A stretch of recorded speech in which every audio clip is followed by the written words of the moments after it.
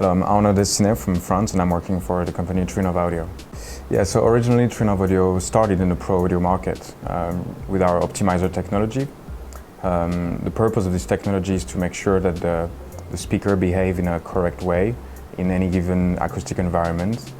And in a Pro audio application, the whole purpose is to make sure that the mix and the intended creative intention of the content maker translates from the studio to the home. And from that perspective, the whole point of this technology is to make sure that the intended creative content translate from studio to commercial cinema and homes.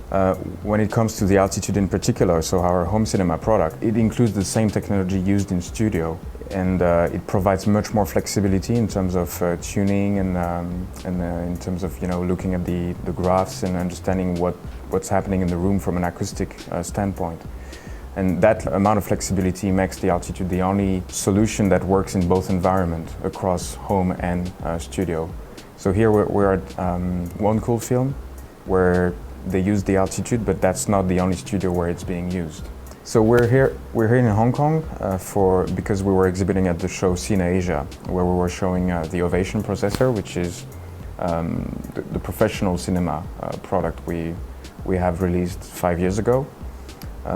It's a processor that is installed in over 2,000 screens worldwide. We started mostly in France and then expanded to Europe, and started from last year.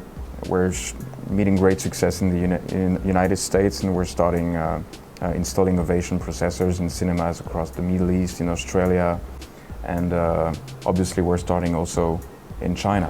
Hence our presence here, because obviously Asia is a very interesting market for us.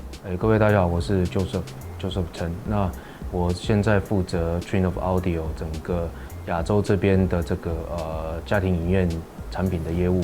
Trinnov 从2015年以来，我们引介了这个 Altitude 32以来，我们就一直在对这个整个客户还有媒体强调，我们的这个机器呢是可以透过软体升级来补充新的，来支援新的这个影音格式，特别是在声音这边，其实我们都一直在实现这个诺言。其实，在 IMAX Enhanced 以外，就技术上来讲，是我们评估下是没有问题，是可以去支援的。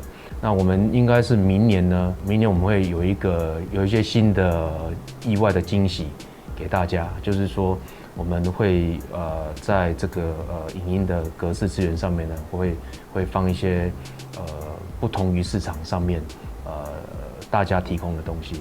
那当然 IMAX Enhanced 这个东西呢，这个格式呢，对我们来讲，我们也是在资源上，我们已经都评估过了，在未来资源是没有问题的。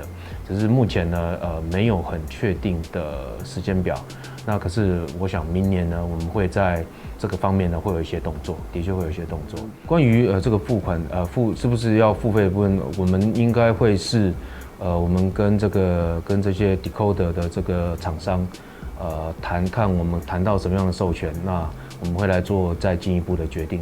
如果在新的授权上会有蛮多新增加的成本，我想我们还是会做适当的这个收费。好，那当然在新的机器上面，应该接下来会就一起放在我们所谓的这个3个主要的 3D Audio 的格式里面的选配里面，在 Altitude 32里面这些 3D 格式是选配的，那 Altitude 16里面它是内建的，所以说我们会做适当的调配。